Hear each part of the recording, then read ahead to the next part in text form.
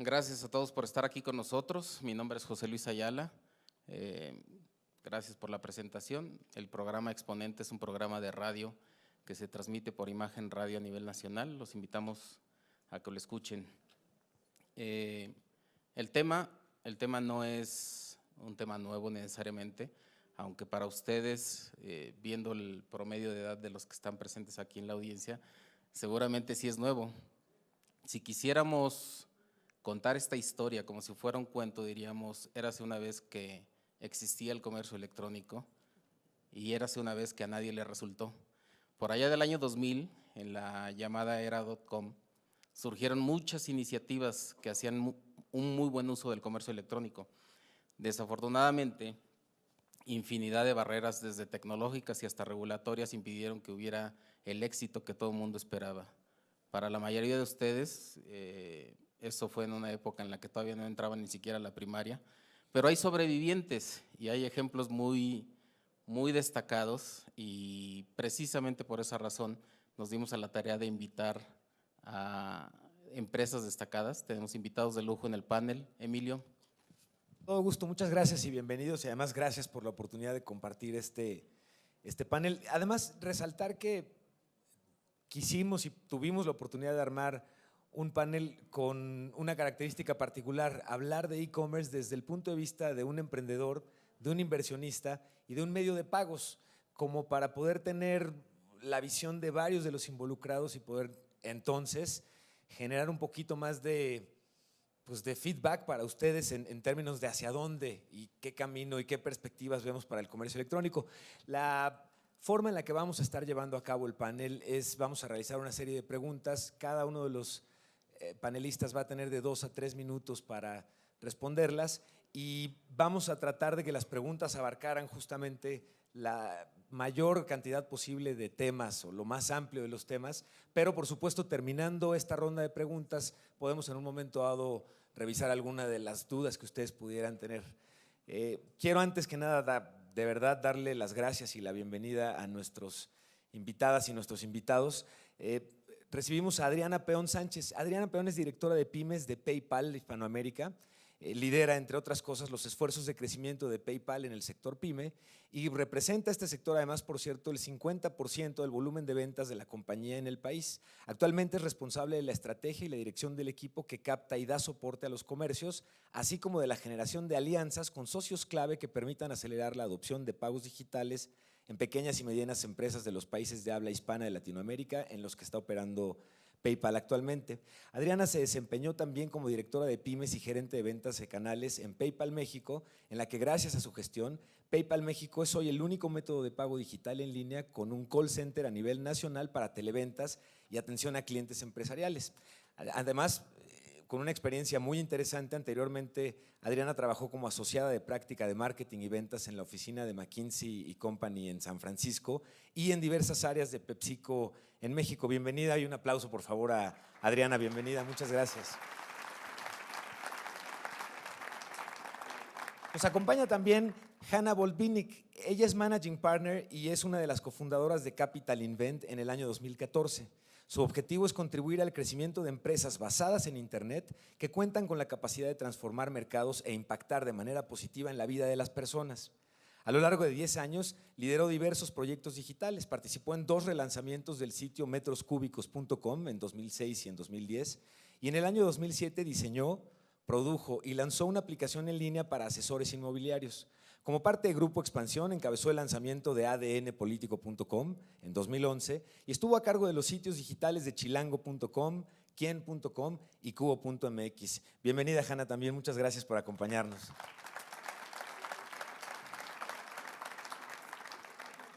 Nos acompaña también David Cato. Él es Managing Director en sindelantal.mx. Es una marca y principal, además, David, responsable de la operación y crecimiento de la plataforma digital de servicios de comida a domicilio en México.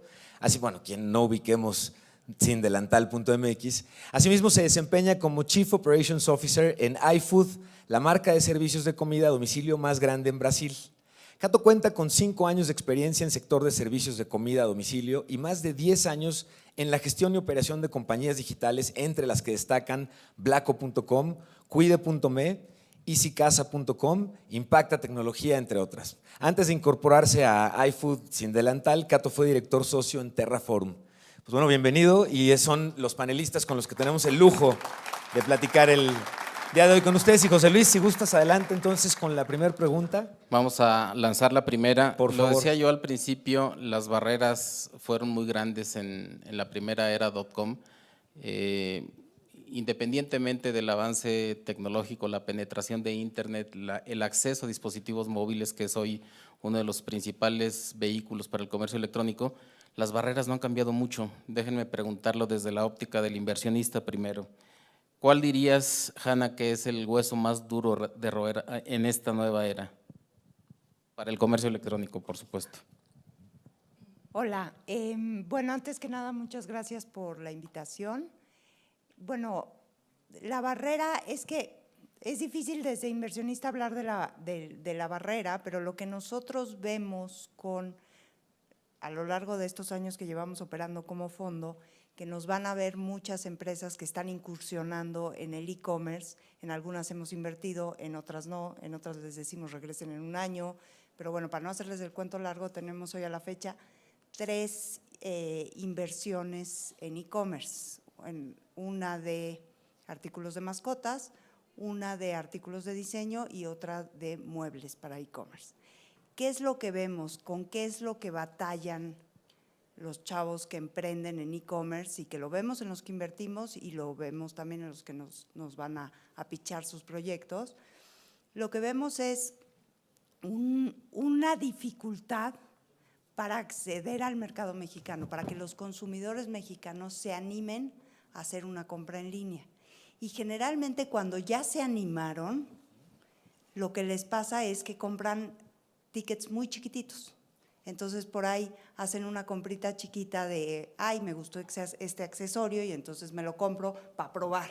Vamos a ver si es cierto lo que estos cuates me están diciendo o lo que me están vendiendo, a ver si sí llega, a ver si de veras esto existe. Entonces hay un alto grado de desconfianza que hace que la transacción sea muy lenta y a veces sea muy pequeña. El ticket es muy pequeño. Entonces, si el ticket es muy pequeño, para mí, como digamos, ya hablando desde el punto de vista de negocio, se me hace muy difícil que esa venta sea rentable, porque para yo hacer esa venta, yo tengo que haber pagado un marketing, tengo que pagar el envío, tengo que pagar la envoltura, etcétera, hacerlo llegar y además tengo que ganarle un margen para que sea negocio. Entonces, muchas veces ese es como el primer impedimento. Después hay otros impedimentos, pero aquí voy a dejar que los platiquen más, como la bancarización. Se ha solucionado con OXXO y ese tipo de cosas, pero hacen la venta más friccional. Ya te da flojera ir a pagar al OXXO si no tienes tarjeta, ¿no? Entonces, bueno, pero eso lo voy a dejar que lo abunden aquí un poquito más. De hecho, precisamente haciendo partícipe a Adriana en este sentido, pues bueno, PayPal viene a desempeñar un rol importante, porque si algo que los mueve para hacer esas compras pequeñas es un tema de confianza, pues digamos que PayPal lo resolvió. Sí, justamente mi primera respuesta, yo tengo la respuesta en dos partes del hueso a roer, es de consumidor y luego de ecosistema emprendedor. Estoy de acuerdo contigo, es la confianza, pero porque no es que no esté la gente en línea, depende de la cifra que veas, ¿no? Pero 68% de los mexicanos están en línea, 45 millones de smartphones, creciendo de manera acelerada, pero tampoco creo que sea la bancarización. Tiene 130 millones de tarjetas de débito, 30 millones de tarjetas de crédito. Es la confianza de poner, o sea, nosotros hemos visto la gente que paga en OXXO tiene una tarjeta de débito, un plástico. La gente que paga en Cash on Delivery, que ese es un formato que existe mucho en la Ciudad de México por la densidad, que es paga cuando llega, tiene tarjeta de crédito American Express Platino, pero tiene una desconfianza de poner el instrumento financiero. Entonces ahí es donde es un esfuerzo colectivo. Nosotros en PayPal lo que hemos tratado de hacer es darle esa confianza, tanto del pago, porque es voy a compartir o no mi información financiera, pero me va a llegar o no, porque son dos pasos de confianza, no solo es el instrumento financiero, es ya lo pedí. Desgraciadamente, como estamos en un ecosistema joven, mucha gente vive experiencias muy malas. Entonces, con una mala, te arruina la experiencia y la reputación de todos los que estamos tratando de hacer un esfuerzo muy bueno. Entonces ahí es donde también PayPal, lo que estamos tratando de hacer es no te llega, no te preocupes, te lo pago. Ya sea para consumidor, ya sea producto o servicio, te vamos a dar ese seguro para que te animes a hacer esa compra, pero sí es un problema de sistema de confianza que poco a poco hemos ido generando. A nivel ecosistema, yo veo, es joven, hay problemas de financiamiento, gracias, o sea, empiezan a haber fondos, pero sí mucha gente, o sea, yo estuve caminando aquí hace rato y se acercan más a un banco a pedir deuda que a pensar en él, oye, ¿cómo puedo conseguir capital privado? ¿Cómo son esos métodos de financiamiento? Pero tampoco hay muchas salidas, aquí tenemos uno de los grandes ejemplos y tú también con metros cúbicos de salidas exitosas, pero no hay muchas salidas de emprendedores que empiezan a tener esa atracción. Entonces, ¿cómo se genera ese ecosistema positivo de financiamiento para que el emprendedor se anime a tener esas ofertas? De hecho, lo mencionas bien, perdón, casos de éxito hay pocos. Sin Delantal es uno de los más recientes y digamos que de alguna manera resolvió los dos frentes de los que acabamos de hablar. Tuvieron acceso a capital y están teniendo un éxito tremendo en el mercado. ¿Cuál sigue siendo el reto que enfrenta un proyecto como Sin Delantal?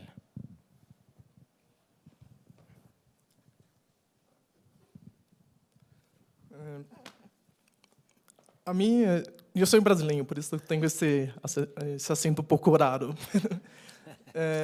Pois bem, Sin Delantal, temos alguns retos muito fortes em termos de desenvolvimento do mercado de e-commerce aqui em México. De hecho, de los retos mais grandes é a profissionalização do e-commerce em geral. O e-commerce não tem suporte a los clientes de uma maneira fuerte, de uma maneira significativa. E isso é de nossas mais grandes preocupações em Sin Delantal. Por isso que temos centro de atenção muito grande para blindar suporte a los clientes muito bueno. Isso para mim é como dos pontos claves. Sin Delantal também foi, em realidade, estou aqui em México há um ano. Antes estava em iFood, que é uma empresa muito grande, muito conhecida em Brasil, e obtivemos êxito muito grande em iFood, muito porque o ecossistema de empreendedorismo em Brasil está muito mais avançado. Temos alguns casos de êxitos muito importantes em Brasil. Deles é B2W, que é uma empresa de e-commerce que existe desde o .com, desde os anos 2000. É uma empresa de e-commerce muito exitosa. E também tivemos dois outros grandes exemplos de êxito em termos de empreendimento em Brasil. Deles é Buscapé, que não sei se as pessoas ubicam, mas é Google para ubicar quais são os e-commerces com o preço mais baixo. Además, eles têm como uma certificação que esse e-commerce é bom e-commerce. Ou seja, eles trabalham muito apoiando os e-commerces e os usuários para que tenham mais confiança em la compra. E os empreendedores de Buscapé obtiveram êxito muito grande em exits. E isso começou com ciclo virtuoso no crescimento de e-commerce em Brasil e também de empreendimento. Muchas gracias, David. Continuando con lo que nos comentaban, me parece muy relevante que resalten la desconfianza que en general existe en los primeros acercamientos hacia la utilización del comercio electrónico, porque en realidad envuelven todas las preguntas que van alrededor de, oye, mi tarjeta me van a robar, me van a vaciar la cuenta, me van a duplicar, me van a clonar, ¿no? Y escuchamos, por otro lado, muy seguido que es mucho más fácil que el robo de nuestros datos o de nuestro dinero suceda fuera del entorno digital y no en el entorno digital. Importante comentar esto porque yo quisiera preguntarles entonces, uno, si esta desconfianza es la misma en México que en otros países, es decir, si a nivel mundial este es el reto que ustedes consideran que está enfrentando el comercio electrónico o si es un poco más local. Y considerando el contexto complicado que vive hoy nuestro país, ¿cuáles considerarían ustedes que son las áreas de oportunidad para acercarse a proyectos que consideren el comercio electrónico? Bueno, yo creo que áreas de oportunidad hay muchísimas. Yo creo que indudablemente va a seguir creciendo porque además no es que no crezca el comercio electrónico, tiene tasas de crecimiento anuales de 40, 30% todos los años. Y creo que por ejemplo, la venta de boletos, tanto para transporte, sea aviones, sea autobuses, o incluso venta de boletos para eventos, han hecho una gran labor de evangelización en el sentido de que empiezas a generar confianza en que puedo hacer compras electrónicas. Hay estudios que dicen que generalmente cuando se hacen estudios de comercio electrónico quitan la venta de boletos de avión porque esa es la que siempre más ensucia un poco la información porque es la que prácticamente todo mundo sí se anima a hacer. ¿Por qué? Porque hay una confianza en la marca. No sé, no piensas que a lo mejor Aeroméxico te va a ver la cara con el boleto de avión. Te va a ver la cara con otras cosas, pero no con el boleto de avión, ¿no? Y en Interjet y Volaris es forzada, exactamente, ¿no? Entonces ahí ya tienes como una labor de evangelización donde poco a poco el consumidor mexicano se va poniendo la cachucha digital, ¿no? Y luego, por otro lado, en cuanto a los retos y en cuanto a cómo incursionar en el mercado de e-commerce, a mí lo que me gustaría decir es, siempre hay que buscar, o sea, si se les ha como metido el gusanito del e-commerce, siempre hay que pensarlo no solo como una venta de conveniencia, que sí es cierto, o sea, para muchos es una venta de conveniencia, pero eso para el consumidor, pero desde el punto de vista del emprendedor, tiene que buscar un negocio que tenga un tamaño de mercado impresionante para que pueda hacerse rentable, esa es una, y la otra que tenga márgenes importantes, porque si nos agarramos productos de muy bajo margen, lo que decía yo hace rato, el bajo margen hace que te comas muy rápido lo que tuviste que gastar en el envío, en el empaque y en el marketing del producto. Entonces, busquemos productos que tienen un amplio margen y mercados que son muy fáciles de escalar, ¿no? Y entonces que todo mundo te va a acabar comprando tarde o temprano algo. Si es un mercado chiquito, te va a costar muchísimo más trabajo hacer que tu e-commerce sea rentable. Muchas gracias. Voy a contestar la primera parte de desconfianza y después, creo que la cubrieron muy bien, pero yo creo que ciberfraude, robo de identidad, datos, es un tema global, está en la prioridad de la agenda de cualquier presidente del mundo, porque lo es. Ahora, en mi experiencia, no es la barrera principal para comercio electrónico en muchos países. Lo es en algunos. Tú tienes países como Perú, que es inclusive peor, porque hay tanto fraude que entonces menos tarjetas pueden entrar al sistema, ¿no? Uber fue el primer país en Latinoamérica, bueno, más bien el segundo país en el mundo, donde cobró en cash, en efectivo, porque no se podía hacer los pagos. Entonces hay países donde puedes tener esas similitudes, pero no es tan prevalente.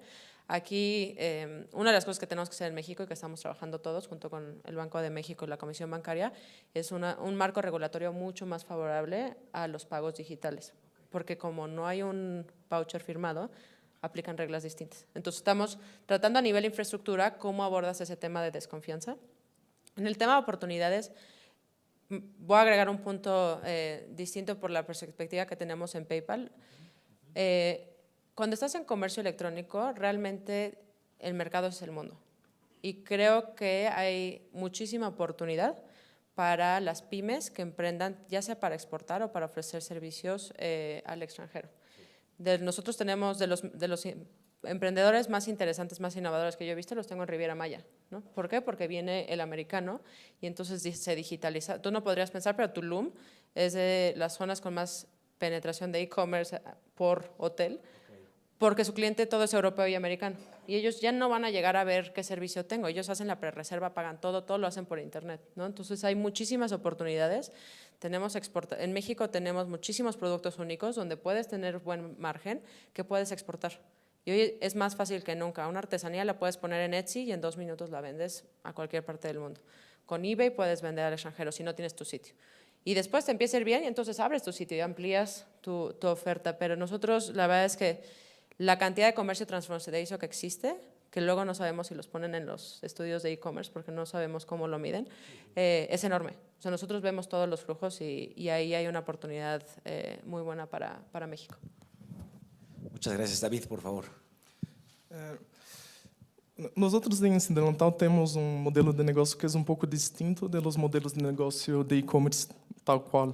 Ou seja, como hacemos como intermédio entre os restaurantes e os clientes finais, com ticket promédio muito baixo, que é ticket promédio de 250 pesos em geral, temos como reto personal de Cidental como empresa de fazer a difusão de e-commerce para todo o México, porque é como uma primeira compra em e-commerce com risco muito baixo, porque a pessoa pode pagar contra a entrega, ou seja, eu não teria tanto medo de fazer uma compra de 250 pesos contra a entrega, no caso de Cidental. E por isso que estamos fazendo, isso é uma das coisas que mais me gusta do trabalho que estamos fazendo em México, que é o desenvolvimento de uma primeira experiência, de blindar uma primeira experiência de e-commerce, de compra em e-commerce em México. Uma das coisas em termos de desconfiança em Brasil que é pouco distinto de México, é que como o mercado de e-commerce já existe há mais de 10 anos, com empresas muito sólidas, e de hecho também, como eu platicava, existe uma empresa como Buscapé, que cria uma certificação de qualidade do e-commerce, a desconfiança é muito mais baixa. E em termos, pero isso é algo muito local de Brasil, e em outras partes do mundo isso não ocorre. Não sucede igual.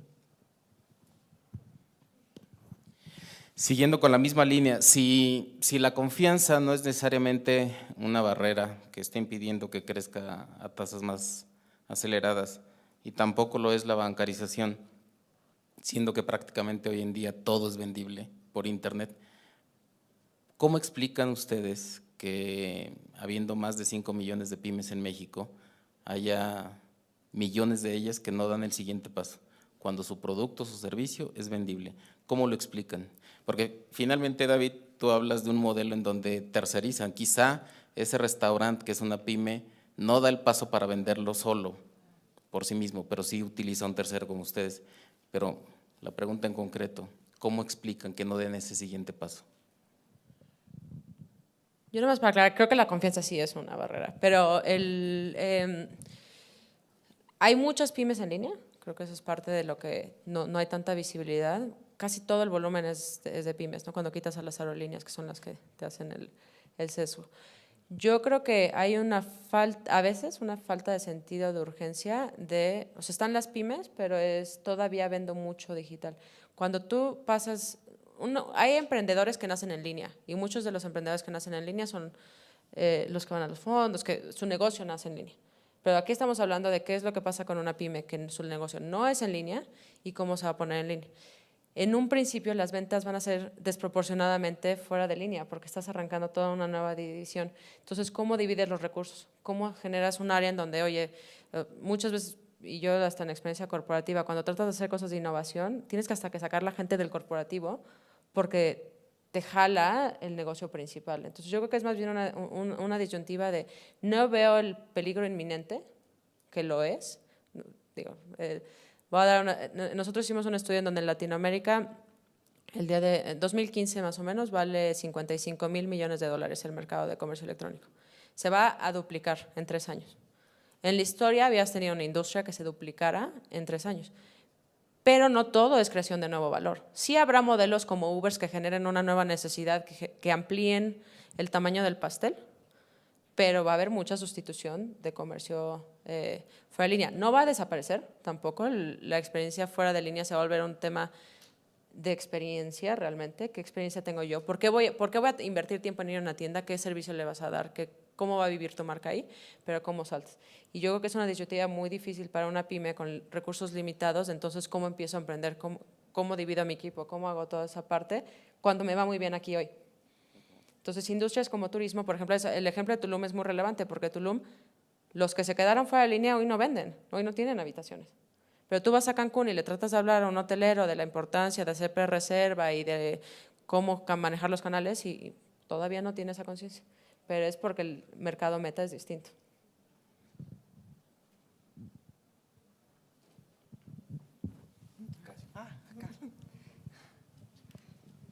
Sí,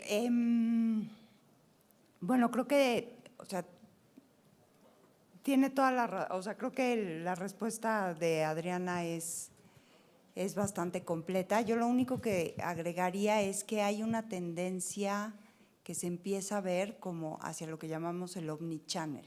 Y entonces en ese sentido es que las pymes que ya son offline, que nacieron offline, tienden a irse online, y lo que está online tiende a irse offline.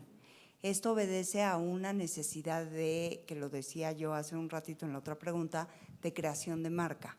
La confianza muchas veces no es por dejar tu tarjeta de crédito o porque no la tengas, en el caso de los que indicaban la bancarización, sino simple y sencillamente porque no sabes ni a quién le estás comprando, ni quién está ahí detrás, ni si te va a llegar o no te va a llegar. En cambio, si tú empiezas a estar tanto en línea como fuera de línea, empiezas a generar una recordación de marca, que eso te genera mucha confianza. Nosotros invertimos en una empresa de e-commerce de muebles que ha sido muy exitosa, que es Gaia, que empezó siendo comercio electrónico y hoy ya tiene 2 tiendas.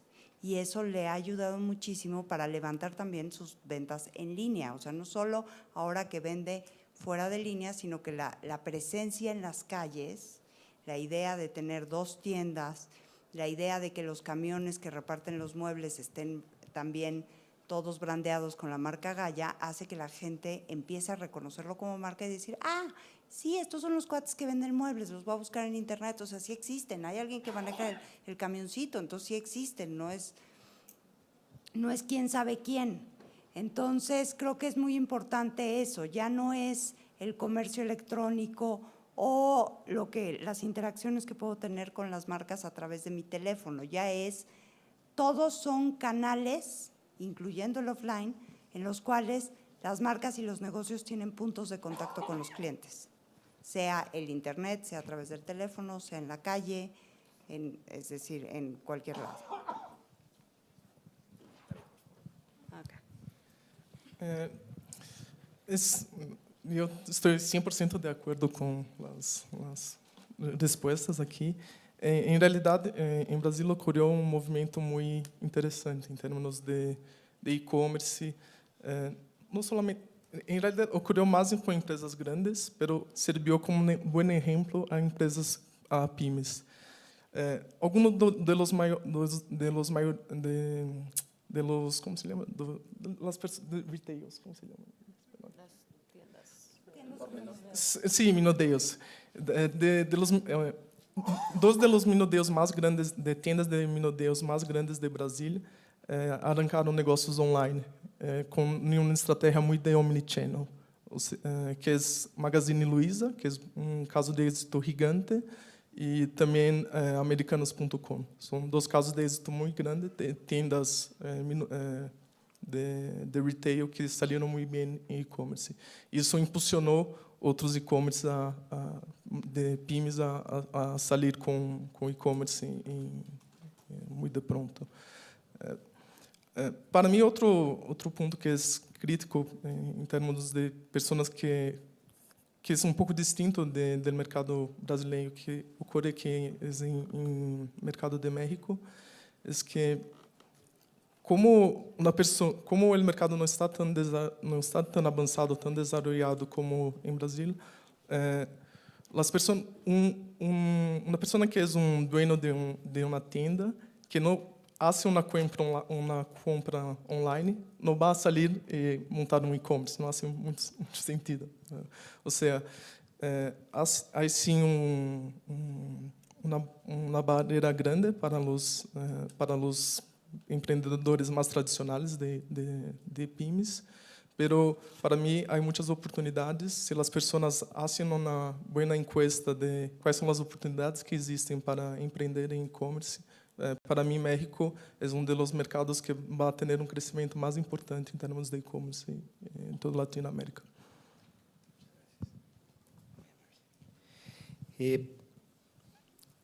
Escuchamos hoy por todos lados su mención, positivas y negativas, y me gustaría compartir con quienes nos acompañan en el panel el día de hoy. ¿Cuál es la visión de ustedes o qué ¿qué opinión les merece el futuro en términos de dinero digital? Bitcoin, blockchain, dark force, white force. ¿Para dónde va la cosa ahí? Bueno, creo que lo tengo que responder yo primero. Yo creo que antes de hablar, y sí voy a contestar Bitcoin y blockchain, pero antes de hablar de eso, en México estamos abordando un reto de efectivo y de formalización. O sea, mucha parte de por qué se paga en efectivo es por la falta de formalización de las empresas, de no estar registrados y demás. Entonces, yo creo que aquí en México el reto de dinero digital tiene que ver a que pasemos a plásticos, haya mucho más penetración. O sea, el número de tarjetas de crédito es muy bajo, ¿no? Para el país que tenemos, para el consumismo que hay, ¿no? Y claro que han salido modelos innovadores, o sea, meses sin intereses, se lo platicas a un americano y es revolucionario, ¿no? ¿Cómo vas a dar esos créditos? Y yo creo que eso puede tomar nuevas formas. Yo creo que aquí el reto va a ser pasar a métodos normales, pero digitales, ¿no? Y a través de móvil, tal vez no tiene la presencia del plástico para alguna forma así. Para mí, Bitcoin no es tan relevante como lo es blockchain.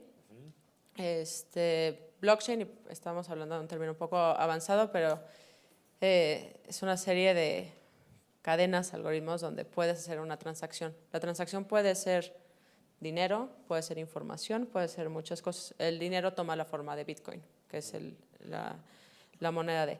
Blockchain va a hacer una disrupción total al sistema financiero. ¿Por qué? Porque va a minimizar los costos de transacción. No vas a necesitar un SPEI internacional, que te cuesta $35 para poder mover dinero de México a Estados Unidos, pero lo haces así porque no sabes, como es entre países y no hay comunicación en el sistema financiero, no sabes si va a haber ese dinero o no. Sí. Con blockchain, el ser un sistema abierto y tener todas las cadenas y demás, lo vas a tener ahí. Tiene muchos retos la cadena en sí no es hackeable, pero las entradas y las salidas sí. Que lo que han visto los artículos que hay de fraude en blockchain es en los... Le voy a decir casa de cambio, pero es un término de dónde sale. Pero yo creo que muchos bancos están invirtiendo en redes privadas, entonces un HSBC, ¿cómo va a mover dinero alrededor del mundo? Un BBVA lo va a mover en red privada de Nasdaq, que está creando su red privada. Pero yo creo que va a ser una disrupción del sistema financiero en algo que nosotros como consumidores no vamos a ver. Okay. Lo que sí vamos a ver es el beneficio de mejores transacciones, menores costos y demás, que se va a pasar al usuario. Maravilloso, muchas gracias. Por favor. Pues yo solo agregaría que efectivamente esto, ya empiezan a haber este tipo de emprendedores en México, pero creo que esto que estaba diciendo Adriana, solo agregaría que al hacer más baratas las transacciones del sistema financiero, al hacerlo más disruptivo, a tener más opciones, tendría que ayudar a formalizar y a bancarizar cada vez más. Y entonces eso crearía un ambiente más favorable para el e-commerce, que es el tema que nos trajo aquí hoy, ¿no? Es lo único que agregaría. Muchas gracias. Para mí, blockchain es algo que va a cambiar mucho el sistema bancario, esto no tengo duda. Pero todavía para mí es muy, como usuario final, yo soy 100% geek, utilizo tecnología muchísimo y ya intenté utilizar Bitcoin como persona física y es horrible, porque es muy difícil, es muy complejo. Imagino mi papá haciendo una transacción con Bitcoin, es algo que no va a ocurrir nunca. Mesmo eu me quedei muito preocupado se poderia ser, se não poderia ser. E no final do dia, hice um câmbio de real a Bitcoin, de Bitcoin a dólar, e perdi muito dinheiro nos câmbios. Sim, ou seja, não é algo que é tão sencillo. Temos muito em termos que avançar em moedas virtuais. E para mim, o reto em termos de e-commerce sigue sendo como ser pagos em linha com plástico, que é algo que está muito mais sencillo que o Bitcoin, que é algo que está muito, não sei se muitos anos adelante, porque as coisas estão cambiando cada dia mais rápido, pero é algo muito lejos na grande maioria da população. E eu, que sou um usuário 100% geek, não biquei bem, me saiu muito raro tudo. Antes de dar paso a una sesión de preguntas abiertas, déjenme pedirle a los tres, y recuerden ahorita todos ustedes para hacerle las preguntas, tienen a un inversionista, a un emprendedor y a un medio de pago aquí de frente para que hagan las preguntas que crean convenientes. En una oración o en una frase, un consejo para quienes estando aquí son emprendedores y están incursionando en comercio electrónico o están empezando a incursionar en comercio electrónico, en una frase o en una oración. Una recomendación. Yo diría, anímense, es más fácil que nunca, las herramientas están disponibles y pidan ayuda. El emprendedor mexicano tiende a querer hacerlo todo él o ella. Pidan ayuda, consigan mentores, usen herramientas que ya existen y siempre tengan muy clara la necesidad de mercado que están tratando de entender y que sea mercado grande.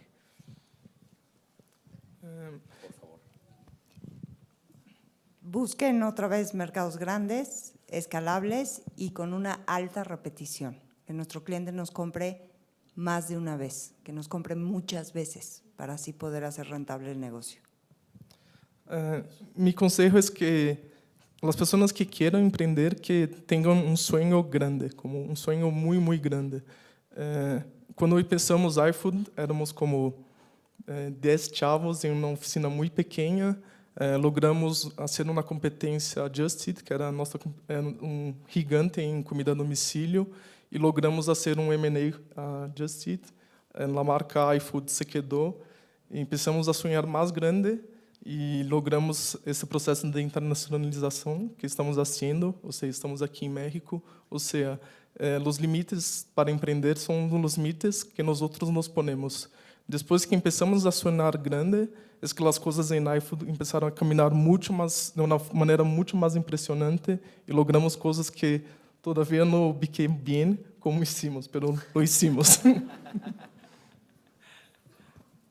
Listo. Pasamos a una serie de preguntas de ustedes que nos acompañan. Si quieren de una vez, por favor, muchas gracias. Adelante. Buenas tardes. ¿Cómo pueden mejorar la experiencia de compra a través de herramientas online? Creo que la parte de la repetición de la compra viene mucho en la primera experiencia. ¿Cómo mejorar? ¿Cuál sería su...? Bueno, pues creo que lo primero es que lo que llaman en el mundo emprendedor digital el UX o la usabilidad de la página. Entonces, lo primero es entrar a la página y, bueno, la página te tiene que transmitir muchísima confianza. De preferencia que tenga un chat de ayuda en línea y que alguien lo conteste, porque a veces ahí está el chat y pones y resulta que no hay nadie del otro lado. La otra, el teléfono muy visible, o sea, todo el tiempo el contacto y el chat muy visible por si tienes alguna duda. La otra es que sea muy fácil de navegar, que no te pierdas y que todo el tiempo, aunque sigas navegando, se mantenga la opción de llamar por teléfono o de poder chatear con alguien. El proceso que se le llama el checkout, que es cuando ya estás pagando, tiene que ser lo más sencillo posible también, llevarte de la manita para que poco a poco vayas poniendo los datos, sepas perfecto, dejar muy claro todos los candados de seguridad en el momento en que metes la tarjeta de crédito, y una vez que acaba el envío, pues herramientas muy básicas como mandarte un mail de tu pago ha sido recibido, tu envío llegará en tanto tiempo, o un SMS, inclusive ya recibimos tu pago, te llega en tantos días, y después seguirle avisando, ¿no? Seguirte avisando, tu pago, tu producto ya llegó, en este momento está entrando en mensajería, estimamos que llegue en tal, ¿no? Híjoles, se nos retrasó, discúlpanos, pero llegamos tal día. Entonces, mantener siempre informado al consumidor acerca del estatus de su envío. Eso es muy importante. ¿Quieren agregar algo? Yo agregaría de las herramientas, todo el mundo las tiene, todo el mundo puede hacer un Shopify, todo el mundo puede usar 99 minutos. Que piensen bien cómo la van a usar y voy a dar un ejemplo muy sencillo. O sea, el concepto de los juegos de video que salen a las 12 de la noche, que yo no entiendo que la gente se va a formar. gamers dijo, ¿sabes? 99 minutos existe para todos ustedes y es una experiencia increíble que tú pides algo y en 99 minutos lo tienes como usuario. Pero ellos dijeron, ¿cómo le damos la vuelta a este tema de la venta nocturna? Lo que hicieron fue decir, oye, prevendemos y a las 12 empezamos a integrar. Pero sabes que si no lo pediste en la preventa, también lo puedes pedir en ese momento y en 99 minutos te llega. Entonces, es ese factor sorpresa, es cómo le doy ese momento de felicidad a mi usuario con una herramienta que todos pueden usar, pero es cómo la uso, ¿no? Muy bien, adelante. Uno de los retos más grandes en Incidental es que la comida llegue al usuario, porque es caliente. Y tenemos que, y nosotros no somos nosotros que hacemos el reparto de la comida. Quien hace el reparto de la comida son los restaurantes. O sea, las cosas algunas veces van a salir mal. Estamos manejando comida, algo va a salir mal. Por eso que tenemos un centro de atención gigante. Generalmente as pessoas pensam, Incidental, provavelmente é como 5 chavos em uma oficina e eles se quedam como nessas histórias de Silicon Valley, tomando chelas e coisas assim. Em realidade, não. Temos quase 40 pessoas fazendo o seguimento das ordens para que elas cheguem bem a las pessoas. Ou seja, ter nível de profissionalização de la atención a los clientes fuerte es que hace que las personas, mismo que algo salga mal, que las personas regresen y ordenen nuevamente en Incidental. O sea, si algo va mal en la orden, nos pedimos una disculpa y hacemos todo lo que sea posible para arreglar ese problema. Olá, meu nome é Roberto Lepe. Eu sinto muita paixão pela cultura do Brasil. A economia tem muito mais organização que a economia do México, né? Mi pergunta é para David. Usted é brasileño que triunfou em México, que está triunfando em México justo agora. Mi pregunta é, como un mexicano, como yo, puede utilizar la organización de la economía electrónica de Brasil para triunfar en México? Uau, é uma boa pergunta. Em realidade, dos problemas mais grandes de empreender em Brasil ou empreender em México é que, como o mercado é tão grande, os empreendedores se põem pouco mais cômodos antes de sair a processo de internacionalização. Isso foi algo que ocorreu com a iFood, porque como o mercado em Brasil é um mercado gigante, nós tardamos quase 5 anos até começar a pensar em fazer um processo de internacionalização. Minha sugerência é: utilize México como uma base para generar ingressos, ubique bem tu modelo de negócio, como base a ser para ganhar dinheiro, e depois utilizar México como uma base, como uma fortaleza para sair a outros países. Para mim, bom exemplo disso são os empreendedores argentinos. Minha primeira empresa, que foi Terra Forum, foi vendida a uma empresa argentina que se chama Globant, que é uma das empresas mais grandes de tecnologia de Latinoamérica. E o que ocorreu com os empreendedores na Argentina é que o mercado é muito chiquito, e eles tiveram que sair do país muito temprano. Ou seja, minha sugerência é salga a novos mercados muito pronto. Depois que ubiques bem tu modelo de negócio, hagas algo para sair de México. Muchas gracias. Siguiente pregunta. Allá. Sí, gracias. Enseguida. Buenas tardes, soy Wilfrido Castillo. Mi pregunta es en específico, el problema que básicamente tenemos en México es la legislación.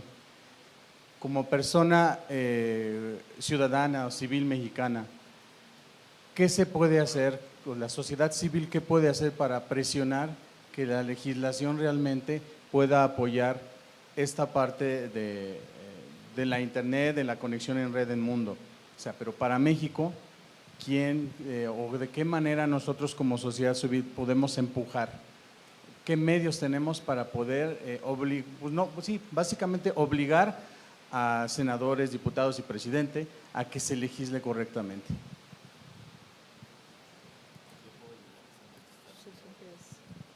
Déjenme ayudarles a contestar. Mi perfil es abogado, aunque no ejerzo, pero déjame darte dos elementos que son muy importantes. Uno de ellos, y es muy reciente, la aprobación de la modificación a la legislación en materia mercantil para la creación de sociedades en un día.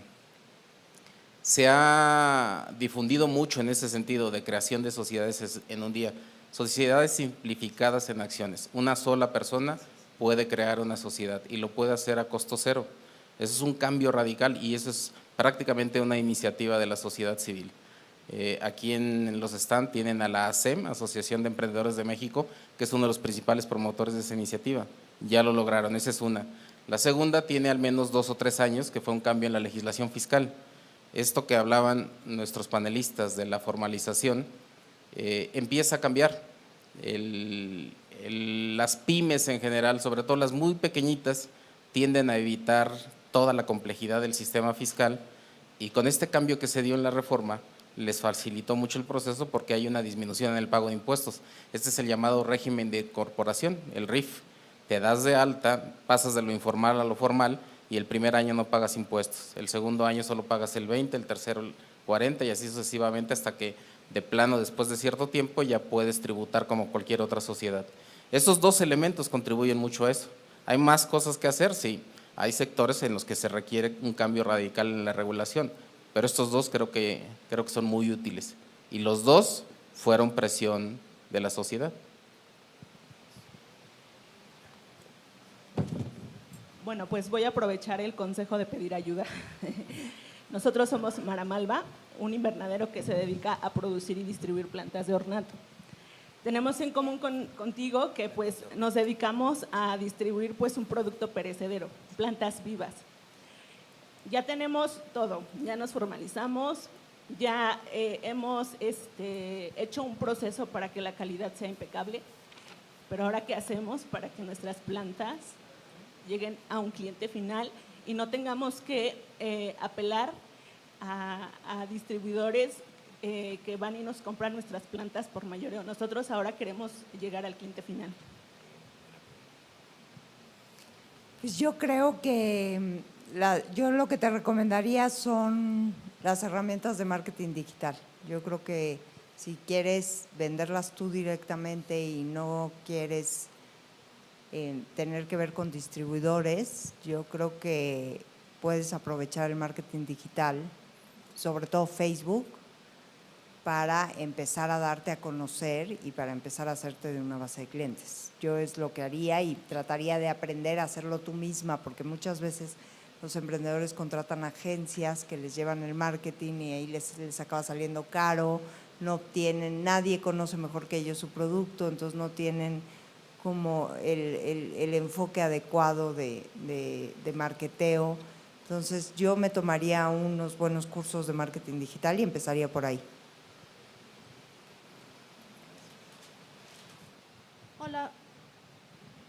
Hola, buenas tardes. Mi nombre es Elenia Quesada y tengo 2 preguntas. La primera es, si yo deseo ya montar un e-commerce, ¿cuánta inversión necesito si quiero que mi e-commerce realmente sea profesional? Me refiero a, quiero control de inventarios, quiero tener todo, o sea, no nada más una paginita no, o sea, todo, control de inventarios, que tenga bien montada el chat, que tenga bien montado todo. ¿En qué rango tengo que estar pensando en montarlo? Porque coticé y una persona me dio cosas estratosféricamente altas.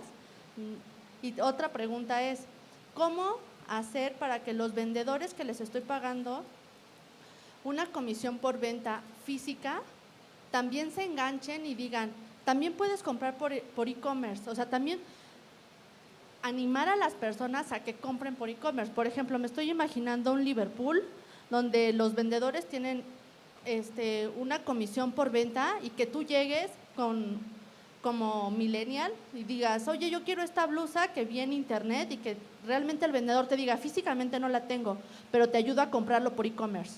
O sea, esas son las dos grandes preguntas. Yo te puedo contestar una indirectamente, porque no sé cuánto se requiere inversión, pero sí sé que parte del tema con emprendedores en México es que creen que lo tienen que hacer desde el principio. Una plataforma de comercio electrónico como Shopify trae chat integrado, puedes meter ahí tu control de inventarios, trae analítica de todo lo que está sucediendo en tu sitio. Es prehecho y el programa más básico son $15 al mes. Entonces, creo que hay muchas herramientas que desconocemos que existen que pueden servir. Hay otras mucho más robustas como un Magento, ¿no? Un Gaia Design, que es nuestro cliente, tiene Magento, pero Magento necesitas desarrolladores y si estás en una etapa temprana tal vez no tienes toda esa infraestructura y quieres ver si va a funcionar o no va a funcionar y por qué. Comercio electrónico, a diferencia de un comercio normal, ni tienes que pagar una renta del local, ni tienes que meterle a un arquitecto al local y hacer todo esto. Puedes prueba tu concepto de manera muy sencilla en plataformas responsivas a móvil, fáciles de usar, que yo siempre digo que hasta mi abuelita puede poner una tienda en Shopify, ¿no? Pero no, primero asegúrense que el producto que están vendiendo cumple una necesidad, hay un mercado y cómo llegar a ese mercado, que pensar en todo este tema de cómo lo voy a hacer yo desde el principio, ¿no? Sí, yo creo que, como dice Adriana, hay muchísimas herramientas disponibles. No necesitas arrancar con una cantidad estratosférica de dinero. O sea, no me atrevo a decirte una cifra, pero no necesitas nada estratosférico. Ya que probaste tu producto, entonces ya si quieres seguir creciendo y si quieres escalar, entonces ya buscas inversionistas. Pero creo que acude a todas las herramientas que hay hoy en día en línea y contratas 1 o 2 personas y no más, y lo empiezas a probar desde una perspectiva muy lean. No sé si han escuchado el concepto de Lean Startup y es lo que tienes que hacer. Lamento, perdón, la guillotina siempre nos hace sufrir a nosotros, a Emilio y a mí en el programa, porque la producción siempre nos está cortando, nos llevan de carrera y aquí también la producción ya nos cortó. No podemos, una pregunta más, ¿alcanzamos? Allá el señor Aquí traigo ya micrófono, ¿la puedo hacer? Eso. Me ganaron. Ya estoy listo. Gracias. Rápidamente, la pregunta es específicamente en cuestión de inversionista para Hanna. Yo estoy empezando a hacer inversiones en startups mediante plataformas de equity crowdfunding. Se me empiezan a acercar personas que traen proyectos. ¿Cómo hacerle para evaluar esos proyectos de forma analítica, de acuerdo a tu experiencia, y dónde se puede adquirir conocimiento al respecto? Ojalá los demás también puedan complementar. Gracias. Bueno, o sea, lo que no te entendí, perdón, es si tú estás invirtiendo, ya te entendí. Bueno, yo creo que pues básicamente ponte a analizar 3 cosas. Yo analizo, haces un rápido check de 3 cosas, que voy a insistir pecando de ser repetitiva: el tamaño de mercado, la escalabilidad, la viabilidad del producto y la calidad de los emprendedores. Tú tienes que saber a quién le estás invirtiendo y eso es bien importante, porque un emprendedor bueno va a sortear también las dificultades y va a saber ajustar su producto en caso de que el mercado así se lo pida. Un emprendedor no tan bueno probablemente se quede ahí en el camino y no pueda hacer las iteraciones suficientes. Entonces, fíjate en esas cosas, en el producto, si su viabilidad, su mercado y quién está a cargo. Pues listo. Muchas gracias. Muchas gracias, por supuesto, a todos ustedes por el tiempo que nos obsequian y un aplauso a nuestros invitados panelistas: Hanna Bolbinic, cofundadora de Capital Invent; David Cato, Managing Director de Sin Delantal; y Adriana Peón, directora de Pymes de PayPal Hispanoamérica. Muchas gracias a los tres por la participación y gracias por la invitación. Gracias. Bien, asimismo agradecemos a nuestros moderadores y panelistas por su participación y hacemos la entrega de reconocimientos a José Luis Ayala, Emilio Saldaña, Hanna Bolbinic,